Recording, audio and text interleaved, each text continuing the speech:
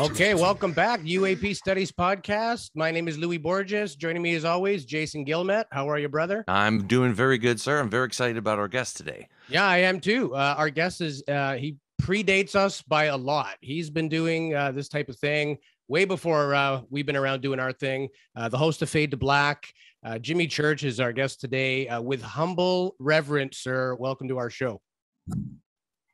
Hey, peace side. And thank you. And we've been setting this up for a while, and it's great to finally, get the stars and the moon to align, and make this happen. But let's do this. I'm honored. So we want to know, and again, for our listeners, if the 1 out of a million has not heard of you, this is a good opportunity for you to tell everyone about yourself. But we want to know a little bit about you, Jimmy Church, before the Jimmy Church radio personality, and what kind of got you interested in the topic and interested in doing a show and having this kind of longevity with it. Yeah, my journey. I'm going to make this as brief as possible because a lot of it is quite boring, of course, but interesting to me, but not to everybody else. But my journey was a strange one in that I had a crazy mom, in the cool sense of crazy, who was into all things kind of esoteric and strange and paranormal. She at a very young age, for me, when I was 5, when I started to learn how to read, I noticed, shelves of Edgar Cayce books. I didn't know who I'm 5, right? But that'll give you some idea of where my mom was coming from. And she was always Ouija board and everything else. She introduced me to Eric Von Daniken in probably when everything happened, 71 or so, with the book and the movie. But my dad was a musician, and he was in the Army band, and he was band leader of the Army band. So I didn't have the normal set of parents, right? I had a dad that was a bona fide career musician. He did 30 years in the Army band and retired, and he's still a musician to this day. He's in his 80s. And my mom has recently passed away, but she was into her own thing. And so what it showed me was that, and I thought that every family was kind of like mine. What do you have to relate to? You don't have much, but I'm very thankful for that open mind and that open view of the world that my parents definitely brought to me.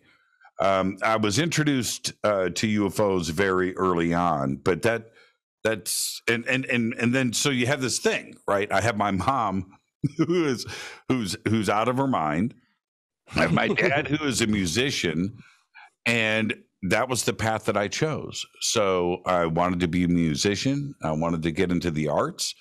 Obviously, you can see these guitars behind me. I have a pretty cool guitar collection. Beautiful collection, yeah. But and UFOs, right? So that right there, it's because of my parents. And then, but there was this other strange thing that lied in the background, and I didn't understand it growing up. I had this weird affection, like love, like affection for the news and talk radio and the evening news and Time magazine, newspapers. And I couldn't quite figure that out, but that's what I enjoyed. So when I listened to the radio, I would try to find somebody talking instead of music.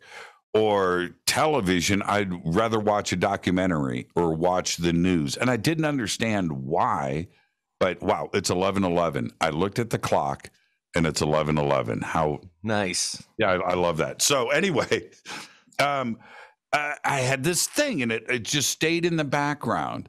But the more, and this is early, I'm 10, 11, 12, 13 years old and into talk radio. What kid does that at that age, and especially back then? So as my life started to unfold, I ran through the music industry for a few decades, which I totally enjoyed, and the art was still there and stuff. But UFOs, So what I did growing up, I collected UFO videos, I collected UFO magazines and books and conspiracy stuff. But, and this is the truth, I kept it a secret. And I guess that some people have things that they keep secret. I don't know if it's a porn collection that you keep locked in a closet, or maybe you have you love Broadway musicals, so you've got a collection of Broadway musical video, whatever it is, right? Yeah. But you've got something that you just don't talk to other people about, which is okay. For me, it was UFOs. And it got to the point where, and I'm lugging this stuff around, I mean, I just had tons of it, but I never talked to anybody about it.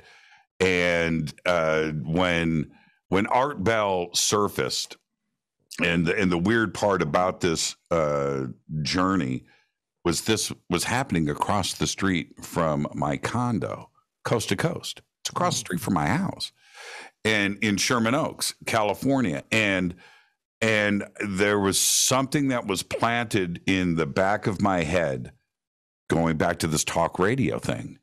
I'm going to do that, right? I don't know how it's going to happen, but I'm going to host Coast to Coast. I am going to get into radio. I don't know how to do it. I'm in the music industry. My career is fine, but I've got to figure out how I want this done. And it had been planted in my head since I was a kid. So I was always rehearsing, right? I'm driving around in the car. That was a bad question. I would have asked this, right? Yeah. Sports radio or news or politics, it didn't matter. I was practicing and thinking about the show that I would do. And then when this whole universe synchronicity thing with Coast to Coast, from my patio, I could look at Coast to Coast. I could look at the building, right? It's across the street. And I used to go on Coast and say, I can see my old apartment from here, right? It was true.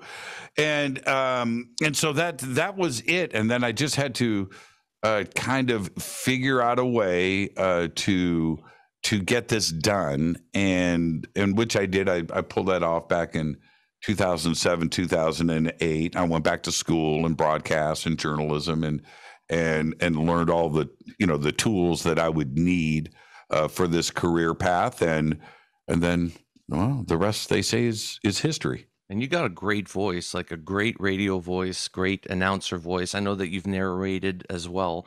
Did you discover that voice, or did you always just have that? Always had it. Oh yeah, had it. I can't explain it. My dad used to have, well, all of our parents did this. Would have friends come over to the house and barbecue and whatever, and so he would. You go, this is my son, Michael. We're like 5, 6, 7, 8 years old. This is my son, Michael. Hey. This is my daughter, Carolyn. Hey. This is my son, Jimmy. What's up? He hit puberty at 4 years old. Yeah. What's going on? And I hated it. Obviously I did. And I was always self-conscious about it. My voice is loud. It's boomy. I can't tone it down. I can't. The lower I get in volume, the deeper my voice gets. The louder that I get, I can get into a higher pitch. If I'm excited, and the higher pitch is like, it's not that much different. But yeah, I've had this since I was born with it. Yeah. And so you get around to actually hosting. You were a fill-in host for Coast to Coast from 2014 to 2020. Mm-hmm. So you finally get to do that. What was that moment when you first stepped inside the studio and had to do this for the first time? That must have been monumental for you. Of course it was. And it was a big deal. But mentally, I was prepared for it for a long time. And I had already been doing, radio for a while. So in some respects, it's just another gig, right? And you have to treat it that way. And then the reality is, as I'm watching the clock wind down, I'm about to go, and this is Coast to Coast AM. Holy crap, man. Am I really going to say these, so yeah. And I think that, and looking back, I've never listened to any of the shows I did on Coast. And you do that for a reason. You know, you just don't want to go and tarnish the way that you're trying to do things and freak yourself out. But probably the first couple of shows, there was some nerves there. There has to be. Yeah. You're speaking to a very large audience, and so back then, knowing that, it's the same thing with if you're stepping out on stage to 100,000 people at an arena. Of course, right? There's a certain anxiety that is involved there. There is, no matter how many of those that you've done. But there's also a tremendous amount of anxiety if you're stepping out onto a club stage with 20 people there. Right. And in some cases, that may be even more intense than going out, onto the big stage like Coast to Coast.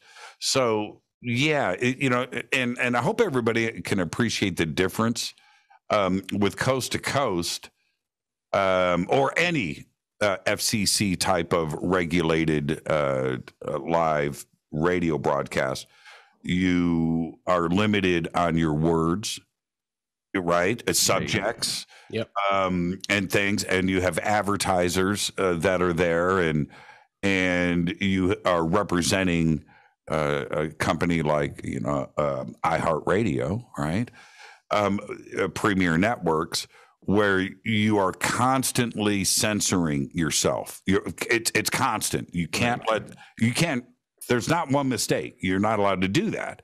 So you're in a constant censorship. But with a self-censorship, with Fade to Black or other things, I don't have to worry about that.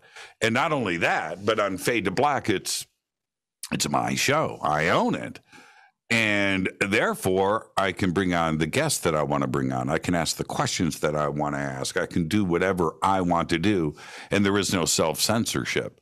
So stepping into Coast, that was the dynamic, the difference between what I normally do during the week and then Coast to Coast on the weekends, where I would have two different performances, right? One, I am constantly thinking about the mistake that's about to come out of my mouth and preventing that, and still staying interesting.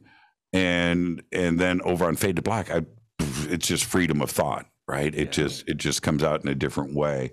Now, Coast to Coast for me, and people ask me about this all the time, and they want to know about Coast, and it was great. And George and I are friends to this day. And yes, I left, and I left on my own terms for my own reasons, but we're still friends. And I just introduced George a few months ago at a conference, and that was great hanging out with him, and things are fine. But here's the deal. For me, I wanted Coast to Coast to represent its legacy. That's what I was there to do. I was there to give everybody what they were expecting from Coast, right? What? Why are they there? They're there because of the feelings that they got from Coast over the years, right? That's why they're there. And I wanted to try to get to that special little moment that we all had in years past. And I wanted to carry on the legacy. And that was it. And I really enjoyed it for the 7 years, I think, 6 years, 7 years that I was there. It was a lot of fun. My dad How was it discussing these UAP, UFO topics, let's say a decade ago, when there was a lot more stigma and pre-Tic-Tac video era? There seems to be a little bit of a mini disclosure that's at least made it easier for people to talk about in the last 5 years. But like, how do you find it back in the day? Did people think you were nuts in your own inner circle? Like, man, you host a show talking about supernatural, esoteric, time travel. Like, how has that changed? Has that improved, or what was that like? Yeah, that's a great question. And of course it's changed, certainly. Right. But the truth is, can I be straight? Can we just walk? 100%, man. We tell everyone this is a safe place. Let's have it. Let's go. Yeah, is this the UFO community and people like myself, were screaming from the tops of the hills, right? Wanting recognition, wanting people to engage, whether it was the military or governments or science. Look at us. We have that. We've seen. Let's talk about this, right? And we were frustrated. And now it's different. Now the man is talking about it, right? Yeah. Now we've got Senate hearings. Now we've got all of the media engaged. We've got Harvard and universities and NASA and fast radio burst and everybody wants to talk about it now. And I'm not so sure if it's a good thing. It used to be our own little, private world and us against the man and, Che Guevara, right? And it was cool. And now, right, be careful what you wish for, right? You kind of like right back into it because they don't necessarily understand, and to have a senator or a representative or a spokesperson, at the Pentagon, or even some of the newer people to the UFO subject, they haven't spent the 10, 20, 30, 40, 50 years in the subject like many of us in the UFO community have, where we have a very deep understanding of different cases in the historical record. And coming into it new, you're asking questions and wondering about things from a very fresh perspective, and you may not understand. And so now, even though it is being discussed, it's frustrating us because we're saying that's the wrong question. You're doing the wrong thing. You need to focus on this over here. What about this? And so it's like baby steps all over again, where we wanted this action, right? Yeah. The action is happening, but it may be not what we had wanted. So, yeah, I kind of enjoy the old days just a little bit. I'm glad we're where we are at right now, but kind of miss the old days when it was us against the world. Yeah.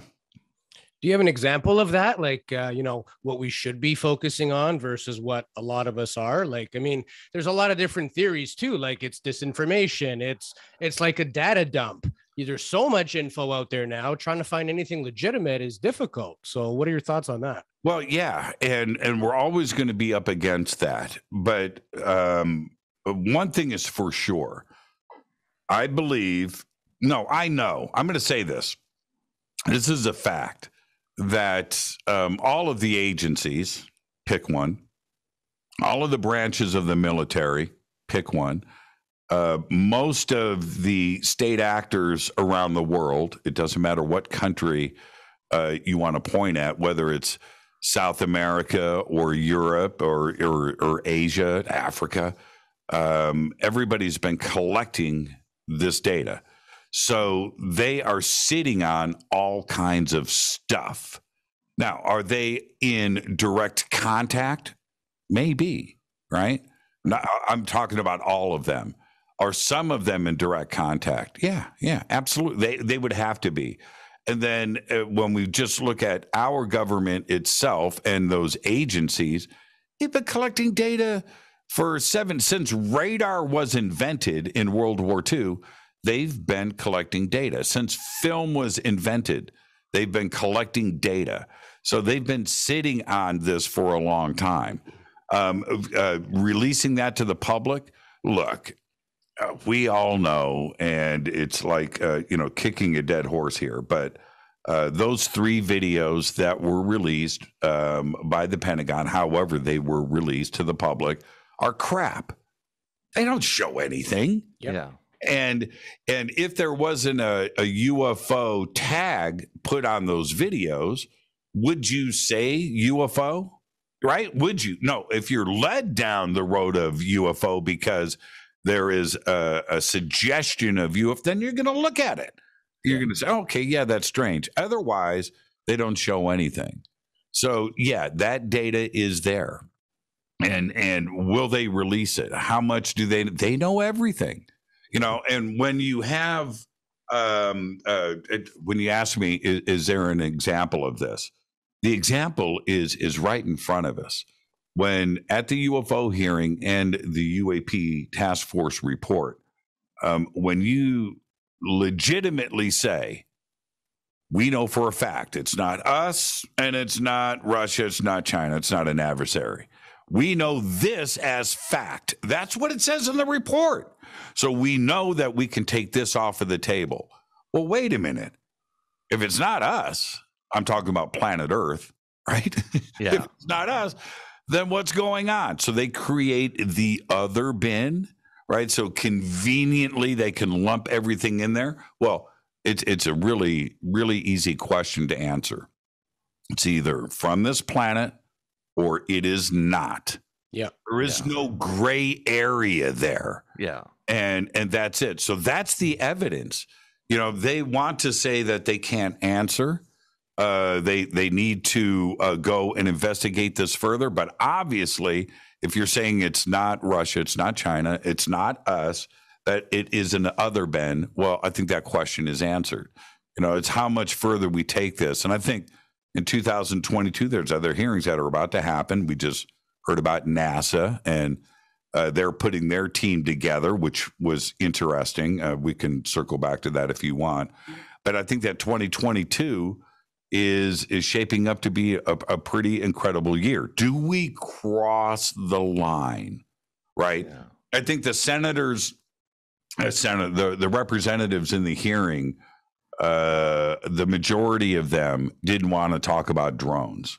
They simply didn't. They kept pushing it, circling it back with Bray and Moultrie to the ET question.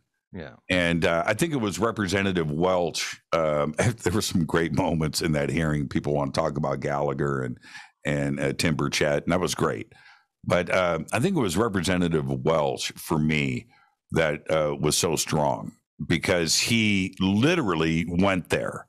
He didn't, you know what I mean? So often nobody wants to say the words, right? Right? They don't want to say the words. And Welch goes, hey, okay, so what about ET? What about extraterrestrials? The universe is a big place. There's a lot of stuff going on. Are they here? And so we got the flapping jaws, if you remember, from Bray and Moultrie. And then Welch came back with, okay, so are we going to discuss ET and extraterrestrials in the classified briefing later on this afternoon? Yeah. And I thought, man, that was glorious, and that was somebody that is generally interested in this. I don't want to talk about drones. This is a UFO hearing. I want to talk about what's going on out there. And it was wonderful. It felt like it was just a hearing for the sake of doing it. Like I heard Ross Coulthard when he was on your show, and he was even saying that, the video they chose was the grainiest piece of shit video they could have ever picked out. And they even had to rewind it. And everyone's asking like, okay, can you point out what exactly we're supposed to be seeing in this video? So, I mean, even if they were to release the ATIP or the gimbal or the Go Fast, those are military sanctioned videos. And even though they're not that great, they're still better than the videos they chose to put in the hearing. So for me, I'm excited about the idea of future hearings, but if it's going to be more of the same, like it's just, we're not really getting that disclosure that we really are looking for. And maybe it's just impatience on an enthusiast behalf, but it just felt to me like, you want a meeting, here's your meeting. We looked into it. This is the best we got, really nothing to it. Yeah. But Louis, what's the alternative? No. Well, they could just keep silent like they always have too, right? So, and that's not the right way to go. And no matter what, look, we were all frustrated. Okay. And I totally get that, but there had to be a first hearing. Yep. And here's my other concern with that. What if everything happened in the hearing? What if it all happened? Dude, we got crash saucers. We've got dead bodies. We've got live ETs. We interview them every day. We've got a radio signal with Zeta Reticuli, and we know what's going. If everything happened in that hearing, there wouldn't be another hearing, would there? Right? And we would have sat back and went, wow, that was pretty cool. Okay, I guess we don't need any more of that. You have to have frustration. You have to have somebody like Tim Burchett and others step up and go, okay, all right, we need more. That wasn't enough. And that's the part of this where no matter who you are in the UFO community, if you were happy with the hearing, if you weren't happy with it, you have to sit here and say, okay, this is a first step. This is the first hearing. Now we need to have many more. And the other part, and that's me. I mean, we have to, keep our foot on the gas. But here's the other part, and I'm glad you brought up Ross, because Ross and I dived into a section in that interview, which I think is very important. The issue of ET visiting this planet, that's just a general statement. Underneath that, there is probably an infinite array of issues. Infinite array of issues for everything from energy and propulsion and anti-gravity to abductions to not only other tech, but what about lawsuits? What about other secrets? What about the weaponization of space? And underneath that, the next thing you know, it's the peeling back. There needs to be specialized, focused hearings. One that is going to talk about exoplanets, one that is going to talk about health issues, one that's going to talk about communication. You know what I mean? And that's how you branch this out. You can't do everything in one 90-minute hearing. So that's why I'm happy about the hearing. I'm happy that it happened. I'm excited about the future. Did I throw up my hands during that hearing 30 or 40 times going, come on, man? Yeah, of course I did. Right? Of course I did. But I'm excited that it happened. And just that moment, I think it's one of the most important times in modern history, if not in all of history, that this issue is now being officially discussed in a public forum. There was, I'll make this really quick. Last summer, I thought was one of the biggest moments of my life, watching press conference live. I'm in the bunker watching press conference. And what was her name? Psaki, right? She's up there. And out of, so this reporter raises his hand. This is about the UAP task force report. Raises his hand. And it says, so what about the UFOs? Whatever, right? And to have UFOs on the podium of the press room of the White House said, right? Yeah. Big deal. Yeah. Woo! And I got out my cell phone, man. I'm just like taping the screen, right? I'm like, oh my, this is great. Say it again, say it again, say it again. And that was a big deal. And so, yes, these are crazy, crazy fun times. And although that UFO hearing may not have been everything to everybody, it's just the first of many. The one that shocked me, because we have, Canada starting to wake up to this issue as well. There's Larry Maguire and another lady as well in the Canadian politics that are trying to push forward what's going on over Canadian skies and over our nuclear facilities and all that jazz. Not that we have a lot of them, but even the Canadian military is starting to pick up on this. Paul Hellyer was ahead of his time, I think, because he's been calling out that something's been going on for quite some time. And then there was also that, and I'm bad with names, Jimmy, but that general in Israel that ran the space program for 30 Hayam years. Isham. Yes. Oh my God, do you know his name? That's yeah, good. Man. Yeah. Yep. This is why we have you on, Louis. Yeah, he's the guy that said there was like an intergalactic federation. We're all in communication, and this is all old news. Yeah, which to me is like, woo, because Paul Hellyer was saying something very similar to that. Yeah. And now you're seeing articles come out that there might be some races that don't have our best interest at heart and all that sort of stuff. I mean, my Facebook is inundated and flooded with this sort of stuff. But when you hear stuff like that, that's been going on for quite some time, that put us at the bottom of the totem pole, really, if you think about it, because we don't have the technology that these things have. And you're right, like it does have major implications on our species. Like you mentioned, technology, health-wise, what what can happen to our health. Can we live longer than we do? Even health issues. Louis and I have covered that with orbs and close encounters. Some people end up with health issues, really rare diseases that they end up with. So yes, it does bring about a lot of questions into that. But what is your thought on that? Like, do you think could be a federation on there? Do you think it's still just a mystery that could just be one visitation from one species? Because there seems to be a lot of different things being mentioned here, right? So I think that might be part of disclosure that's so hard to handle, is that there's a lot of them. Yes, and that's a great question and a great point. It's a numbers game, pure and simple.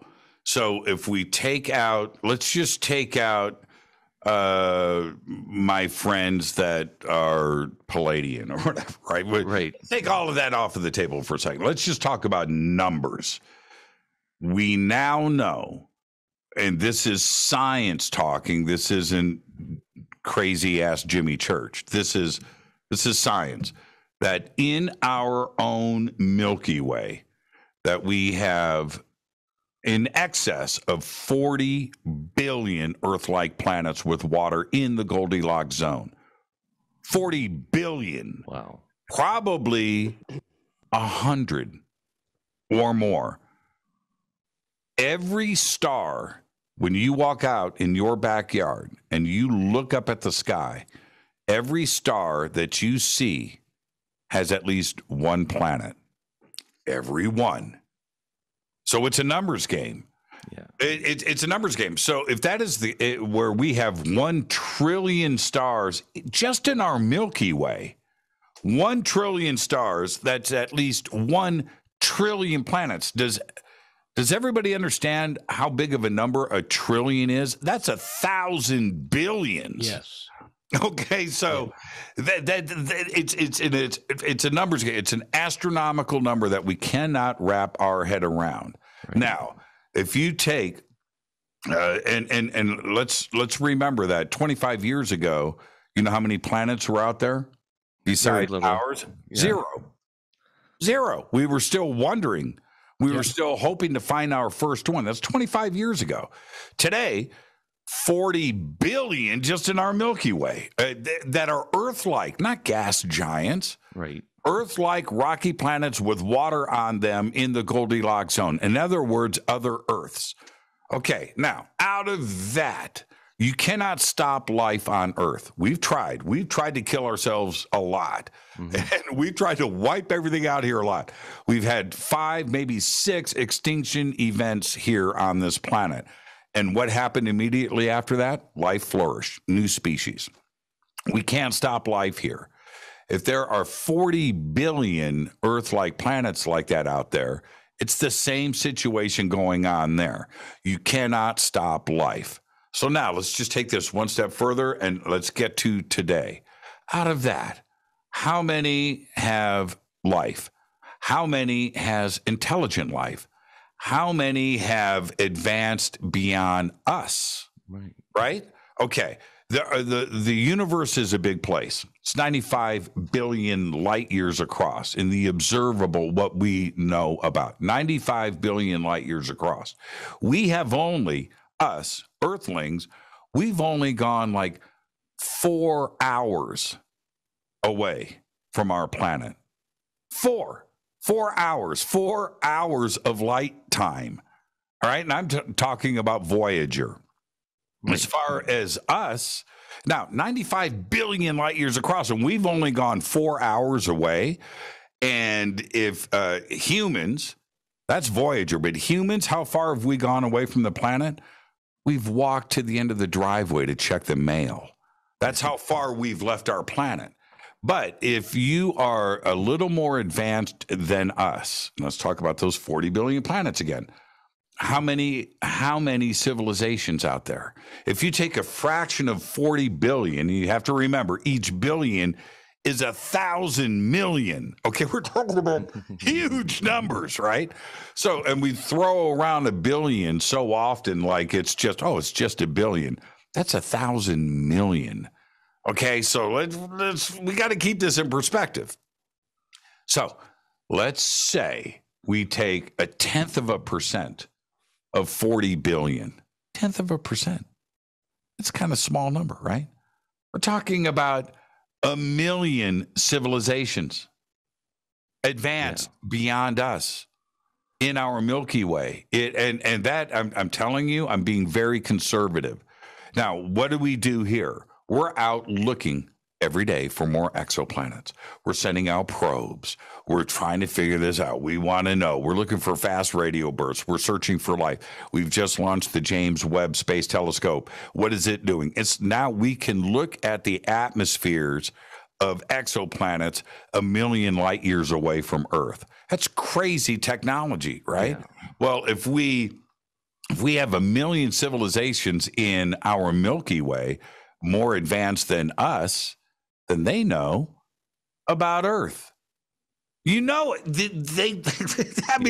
we are a beautiful blue gem just glowing. You can see the life. You can see the oxygen and water and carbon dioxide and everything else on this planet from millions of light years away. We stand out, just like what we are trying to do. We're trying to seek out planets like ours. So they've been aware of us for a very long time. And that's it. And they've been visiting here. It's not one, it's not two, it's thousands. Right. It's thousands. And one last thing, and then we'll roll on to the next topic. I'm very passionate about this. If we have billions of Earth-like planets, how much time does it take to investigate each one? And it's kind of like Star Trek. Oh, this is an uncharted planet. We know nothing about it. Well, they do a drive-by, they check it out, they log it, and they go. Right. You're not going to hang out there for a couple of weeks. You've got another 39 billion planets to try to report on and travel to and investigate. You're not going to spend. So how many of these thousands, tens of thousands of ETCs out there, extraterrestrial civilizations, stop by here but never come back? Right? It's just a numbers game, and that's the only way to look at it. And here's the other little small comment I want to make. In the English dictionary, in Webster's dictionary, I'll pose this question to the both of you. I'm going to let you take a guess. How many words are in the Webster's dictionary? Louis? 26,000. Next. I'm going to say about 100,000. Better. 175,000. Okay. Book is this thick. Okay. There are 1 trillion stars in the Milky Way that have to be named, numbered, cataloged. How big is that book? There are another 1 trillion planets. There's 40 billion Earth-like planets. How big of a database are we talking about here? Wrap your head just in our Milky Way. There's another at least 1 trillion of us out there, and the numbers exponentially grow right from there. So how much of this database is there, and how long does it take to go and catalog every single star? And multiply that out by billions of galaxies. The zeros just get mind-boggling. Trillions of galaxies. Trillions, that we know of. We don't have a clue, right? No, We're just dipping our toe. We don't. And I keep saying I'll stop. Don't stop, Jimmy. Here's the thing. We know that the universe is expanding, and it's expanding at a greater rate every day. That speed is increasing. And we know what the speed of light is, right? Okay, so E equals mc squared and all of that stuff. So the universe is expanding at a certain point at the speed of light. And then on the outside of that, it is faster than the speed of light. That's a pretty crazy. Nothing's supposed to go faster than the speed of light, right? Right. But at that horizon out here, and remember I mentioned 95 million light years across, or billion light years across. That is the observable universe. But outside of that, everything is falling off of the horizon. We don't see it. We don't know. We don't know what is out there, that it was created and has expanded how many galaxies, and we will never know. Right. We will never, they say never. Well, in this case, I'm telling you, we will never, ever know. So when we talk about the universe and trillions of galaxies, and each galaxy have trillions of stars, this is just what we can observe. Everything else beyond that is theory, guesswork, and your opinion is just as valid as Neil deGrasse Tyson. So, yeah, he's anti-UFO, anti-UAP. He's in for a crazy awakening. Oh, So's Bill Nye, the science guy. I used to like that guy growing up, and then I saw him trying to be a debunker, and it's like, you know what? Screw you, Bill Nye. I don't like you anymore. Thank you for my childhood, but I'm no longer following you. Kept me out of trouble, and I learned about insects, but I'm not such a fan anymore. Right. I will never wear a bow tie. Yeah, never. So with the NASA recently getting involved inside the game, do you think that's going to amount to anything? Like, is NASA going to beat the government when it comes down to investigating UFOs? Are they simply putting on a front right now, showing that they're trying to look for UFOs? What are your thoughts on this whole new venture that NASA's on? Yeah, I think NASA had to take a public stance on this. They are the civilian space agency, right? And the scrutiny is certainly going to be on them to a certain degree. Just like it is on the NSA and the CIA and the Navy and the branches of the military, for sure. But that being said, Bill Nelson, the administrator of NASA, a few months ago, in an extraordinary moment, he was being interviewed by the politics department of a university. I think it was University of Virginia, I could be wrong, but East Coast school. And it was live. It was a live stream. And the last this is just the politics of NASA negotiating in Washington, D.C. That's what this interview was about. But at the end, Bill Nelson took 10 minutes to talk about ET, right? And he made some pretty extraordinary, when do they ever cross the line? Well, actually, he did. He did cross the line. And now, what Bill's position, he's the administrator of NASA, right? And that's, by the way, his position, the boss of NASA, is called the administrator, not the director, right? The CEO. He's the administrator. Nonetheless, he said some pretty extraordinary things. The position that NASA spoke about this week was a different one. They started off this presentation, which was about other subjects, but then they announced the formation of this group. They said that UAPs are not ET, right? They started off with that blanket statement. And that's pretty interesting how you start your research and your investigation with an answer. Yeah, with an absolute, right? Yeah. And I thought that was a bit strange. And it was also the opposite of Bill Nelson's position on this. But here's where I think it gets very curious. NASA, along with things like the James Webb and TESS and others, Hubble, other space telescopes, they've been looking at this for a very long time. But it doesn't just rest with that. They have many sensor and information gathering satellites in position around Earth. What have they tracked? Right. What have they tracked approaching Earth? What have they tracked entering our atmosphere? And do they track these objects going to the ground? And it could be the reason for a lot of this, asteroids, meteorites, right? Okay, right. Comet fragments. Well, yeah, you're going to trade, the same exact technology and sensor equipment for all of that, like Oumuamua, is just based on natural occurrences, and so you have the ability to track anything.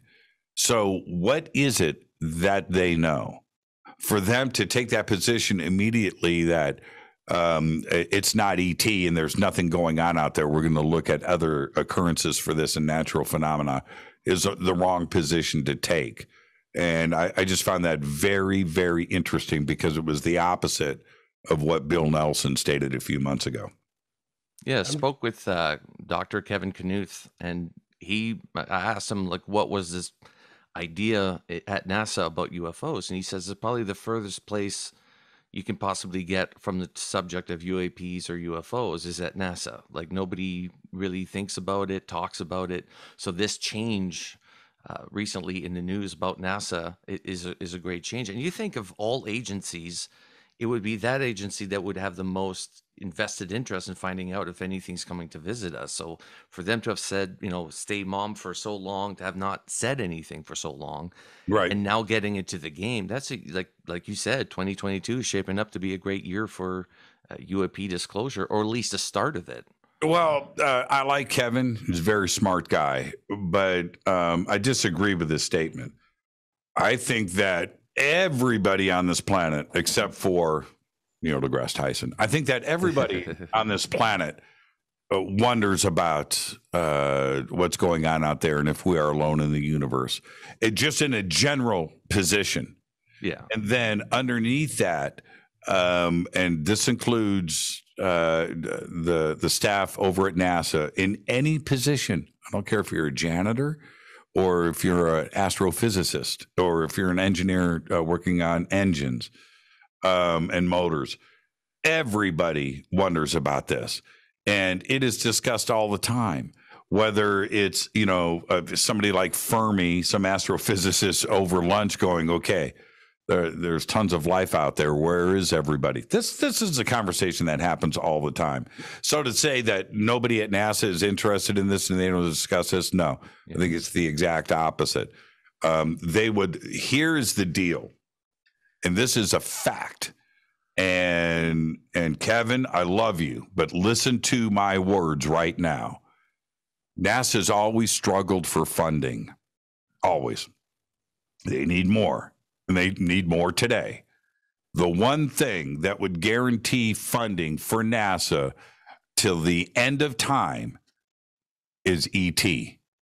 And so if the one thing that would benefit NASA is ET, they would have all the funding. They would have more money than they could spend. Right. Every single project that they've ever wanted to do. Every rocket, every probe, every manned mission, anything, interstellar craft, whatever they wanted, they would have the funding for it. So to say that they're not in, they understand the importance of that. You want to build a city on the moon? You want to build a city on Mars, like tomorrow? Show that there's life on Mars. Yeah. Show it. In New York City Part 2, gets built on Mars. Instant. All the funding you would ever need. Oh, that's brilliant. We're nearing the end of the hour here. Jimmy, where can people find you online? I know that you're everywhere. So obviously, if you just Google Jimmy Church, you'll have like 3 Google pages full of his work. But from your, where would you guide people to go to? It's just jimmychurchradio.com. That's the best one. Just go there. Well, everything, social media links are there, and you can listen to the show there. Everything's free. Not everything, but most stuff is free. Just go to jimmychurchradio.com. If I sat here and listed all of the social media, I would confuse myself. But jimmychurchradio.com is right there, and you can click, and whatever your platform of choice is for social media or listening or watching, we've got it all right there. So jimmychurchradio.com. Perfect. And definitely for the listeners, if you haven't followed Jimmy Church yet, please do so. His guests are amazing. His radio show is amazing. And the man himself is amazing. He's, like I said, it's great to have you on. We've been fans for a while. Louis, do you have any final questions for our guest today? Just want to send a big thanks out to Jimmy for being on our program. It's difficult, as you probably know, to get really good, credible people on a regular basis. sometimes you'd rather have nobody than have somebody that doesn't, align with what you're trying to produce. And thank you for being a gift to the body that we're trying to create here, and the whole, topic of ufology in the community. And you keep it on point. You speak your mind. You're blunt and to the point, and we love you for it. So thanks for being on the show today, buddy. Right back at you. And I've been a fan of you guys, and I lurk in the background. So it goes right back at you, and I really appreciate it. And by the way, I just want to say this, Louis, your microphone, the Shure MV, that's what I mic my Marshall with. I got one right down there. Nice. It's nice. Yeah. It's the mini version of the Big Daddy, and it's a third of the price, and it works good. No, it sounds great. Sounds great on guitars. I don't need to run it through an amp or anything like that. It's already got the built-in drivers, perfect, USB based. I should have dropped a Shure promo before. Maybe I would have got a free one, but $400 later, here we go, baby. By the way, I use JBL Pro Tour headphones as well, so I should have dropped a promo for those guys before I got that bad boy on the house. Anything else? Here's your crack. Ferrari is listening. I'm a real fan of red on black, and I love the paddle shifter. So. I get my oil change at Jiffy Lube. Awesome. Thanks, enjoy the rest of your day, and thank you for having me.